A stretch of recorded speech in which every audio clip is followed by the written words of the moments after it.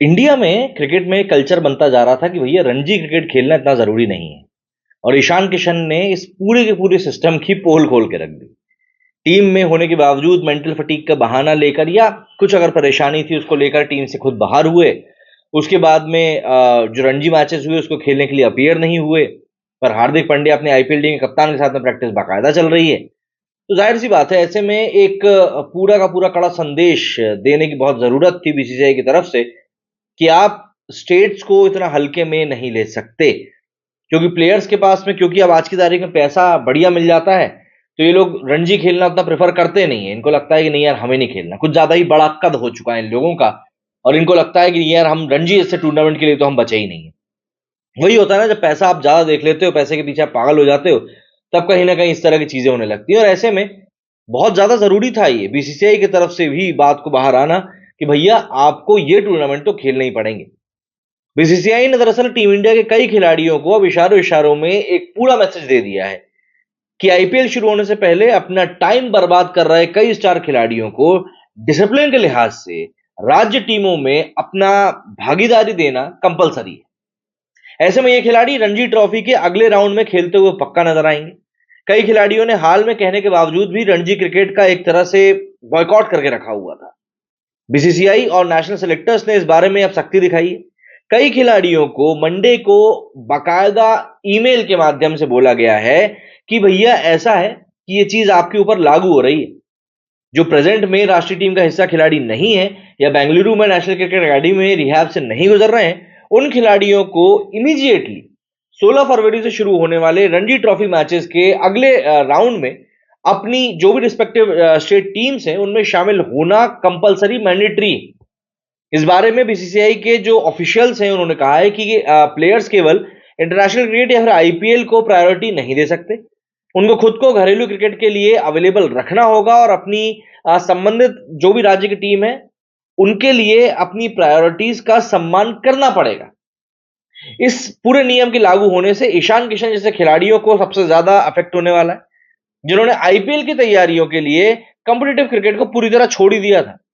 इस बात का दावा हाल ही में क्रिकबज़ की एक रिपोर्ट में भी किया गया था।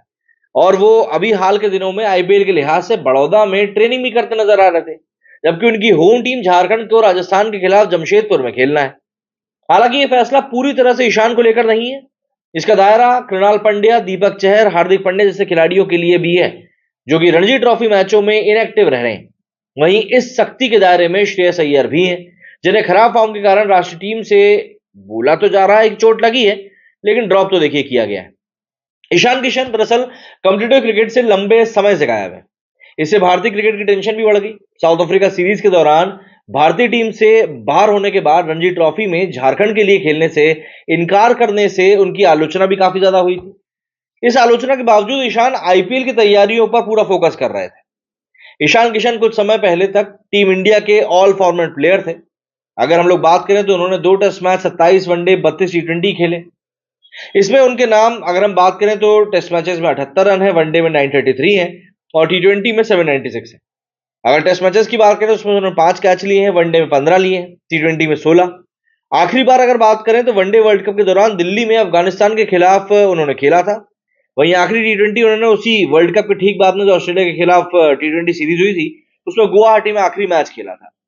लेकिन अब बीसीसीआई की तरफ से ये बात क्लियर है कि भाई ऐसा है कि पैसा तुमने बहुत कमा लिया और ठीक है, पर खेलना अगर तुमको है तो तुमको डोमेस्टिक क्रिकेट में खेलना पड़ेगा। अगर तुम वहां नहीं खेल रहे हो तो भैया ऐसा है कि हम फिर तुमको बताएंगे कि तुम्हारी जगह कहां है। और देखिए, यहां पर सिलेक्टर्स की भी थोड़ी सी गलती है। सिलेक्टर्स की अगर हम बात करें तो आप सूर्य कुमार यादव की बात कर सकते हैं, बुमराह की बात कर सकते हैं, ईशान किशन की बात कर सकते हैं, पांड्या की बात कर सकते हैं, पांड्या ब्रदर्स की बात कर सकते हैं। ये सब खिलाड़ी कहीं ना कहीं आईपीएल की देन है।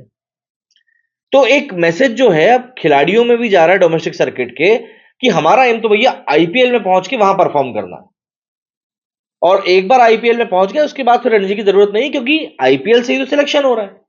इवन अगर हम टी20 वर्ल्ड कप की भी बात करें तो टी20 वर्ल्ड कप के लिए भी जो सिनेरियो क्रिएट किया जा रहा है उसमें भी यही चीज बोली जा रही है कि भैया आईपीएल में परफॉर्मेंस देखी जाएगी, क्योंकि आईपीएल के तुरंत बाद में टी20 वर्ल्ड कप शुरू हो जाएगा। तो बहुत सारी चीजें हैं जो इस समय आपके ध्यान में आनी चाहिए, क्योंकि ताली एक हाथ से बजती नहीं है और बिना आग के धुआं उठता नहीं। क्या कहना है आप लोगों का इस बारे में? कमेंट करके जरूर बताएं। मेरे सुनिए फिलहाल इतना ही। जय हिंद, जय भारत।